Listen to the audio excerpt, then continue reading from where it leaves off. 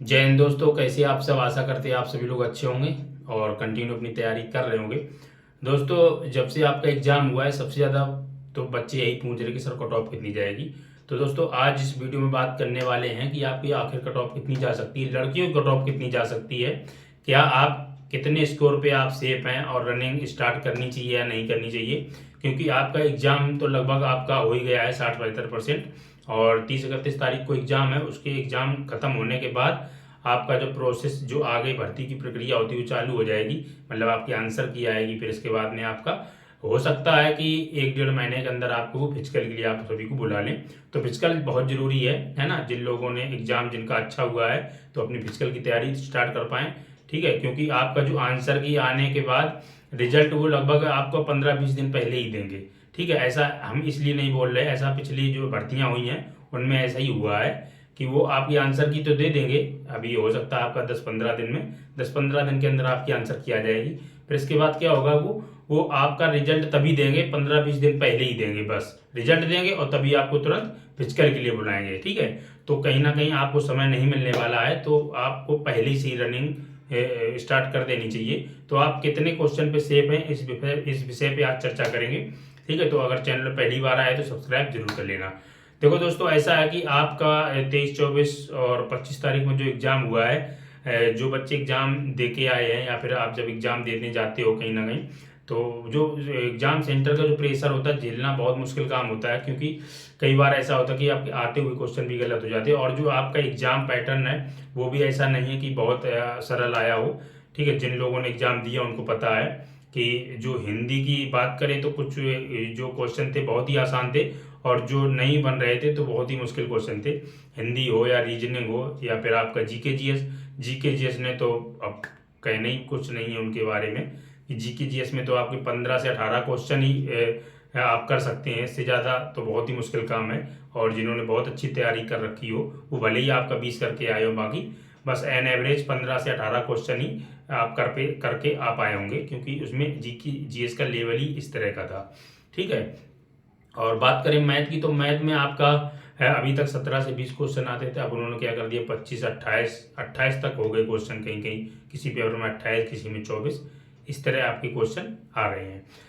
तो आप बिल्कुल भी परेशान होने की आवश्यकता नहीं है। देखो, बात करें कि आपका बहुत सारे बच्चों ने परीक्षाएं भी छोड़ी हैं, लगभग 30 से 35% जो बच्चे हैं ना उन्होंने परीक्षाएं नहीं दी है। इसका कहीं ना कहीं रीजन ये भी है कि आपका मंडल छोड़ के आपका एग्जाम हुआ है, तो इस वजह से बच्चे नहीं जा पाए हैं दूर।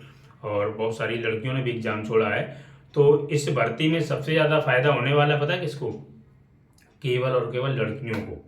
क्योंकि लड़कियों का टॉप आपकी बहुत कम जाने वाली है। इसका रीजन है, रीजन ये है दोस्तों कि आपकी पहले तो लड़कियों ने परीक्षाएं बहुत छोड़ी हैं। ठीक है, परीक्षाएं छोड़ने के बाद तैयारी उस हिसाब की नहीं हो पाएगी, क्योंकि जो आपकी एग्जाम डेट है ना लगभग 25 से 28 दिन पहले ही थी। तो ज़्यादातर बच्चे क्या थे, वो एग्जाम डेट का इंतजार करते रहते कि एग्जाम डेट आएगी तभी तैयारी करेंगे।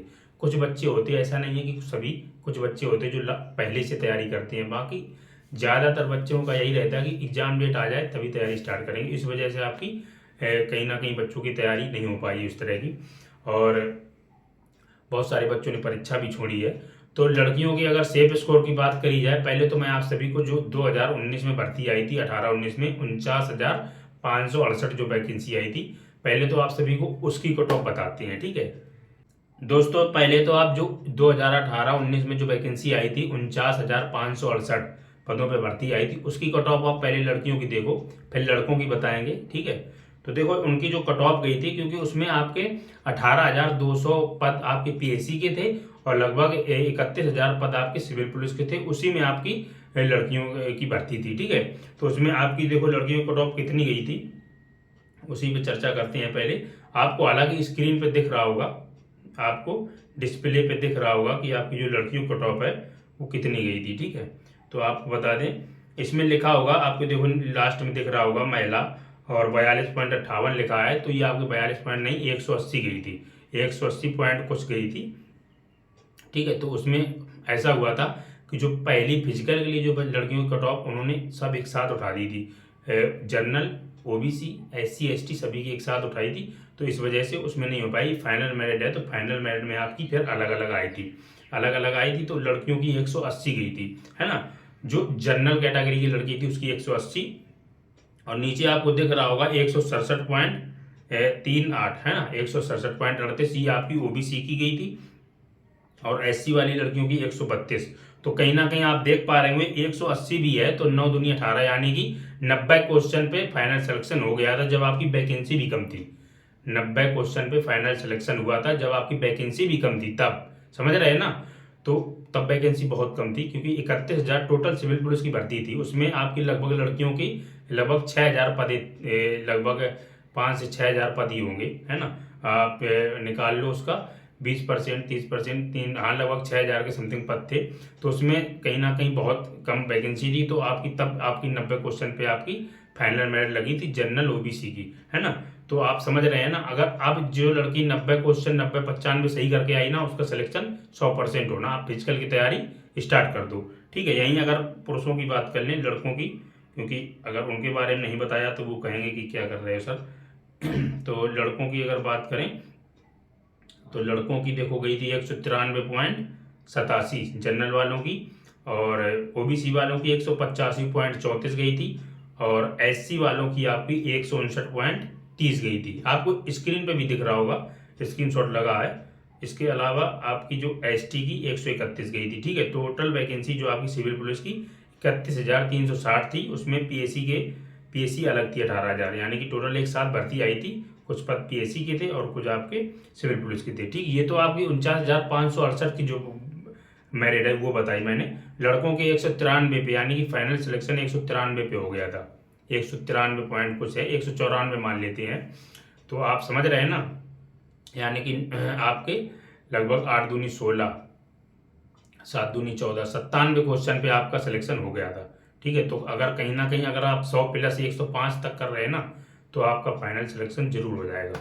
अगर आपके 100 तक भी आप पहुंच रहे हैं ना, तो आप रनिंग स्टार्ट कर दो। पहली बात तो ये जो मैं आप सभी को फाइनल मेरिट बता रहे हैं, तो ये आपका नॉर्मलाइज होके नंबर बताए मैंने, नॉर्मलाइज होने के बाद अभी तो आपके जो स्कोर में नॉर्मलाइजेशन होगा, नॉर्मलाइजेशन में कई बार तो 20-20 नंबर, 25-25 नंबर तक बढ़ जाते हैं, ठीक है। तो नॉर्मलाइजेशन होगा, तो अगर किसी का भी 90-95 स्कोर बन रहा है वो भी फिजिकल स्टार्ट कर सकता है। और लड़कियों की बात करें तो लगभग 85 भी अगर आपका स्कोर है ना, 80-85 के बीच में भी आपका स्कोर है, 80-85 क्वेश्चन भी आपने अगर सही किए हैं 85 तक, तब भी आप रनिंग स्टार्ट कर दो, ज़्यादा बेहतर रहेगा, क्योंकि फिर आपको रनिंग के लिए वक्त नहीं मिलेगा। और रनिंग में अगर रनिंग आप तैयार नहीं करोगे तो फिर बहुत मुश्किल काम है, क्योंकि लगभग कह सकते हैं ना कि 60% लड़कियां तो रनिंग में ही फेल होती हैं, ठीक है। तो रनिंग की तैयारी स्टार्ट कर दो।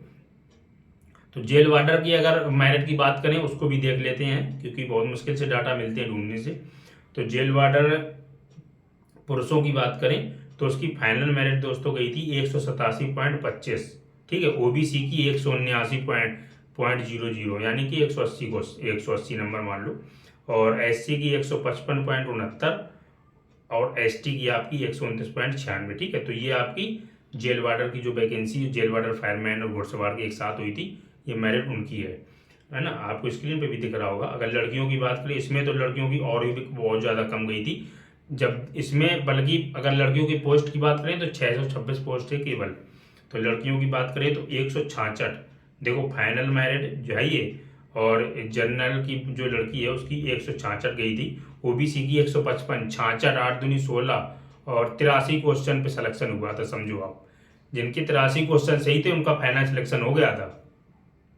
ओबीसी के 155, और इसके बाद एससी की 133, और एसटी की 101, ठीक है। तो ये आपकी मेरिट मैंने बता दी है जो आपकी पिछली 2 भर्तियों की, ठीक है। तो आपकी मेरिट ज़्यादा नहीं जाने वाली है, परेशान ना हो। अगर लड़की एक बार फिर रिपीट किए दे रहे, अगर लड़की का किसी का भी 80-85 तक अगर आपका स्कोर बना है तो आप रनिंग स्टार्ट कर दो, क्योंकि आपको रनिंग का वक्त नहीं मिलने वाला। और ये भी आप मान लो कि रनिंग में 50 से 60% लड़कियां रनिंग में ही फेल होती हैं। तो आप रनिंग अपनी बेहतर रखोगे तो मेरिट ज़्यादा नहीं बढ़ेगी फाइनल में। पता चले आपकी मेरिट ज़्यादा ना बढ़े और आप इसी चक्कर में ना रहो कि हाँ मेरा नहीं होगा, तो फिर कहीं ना कहीं बहुत दुख होता है।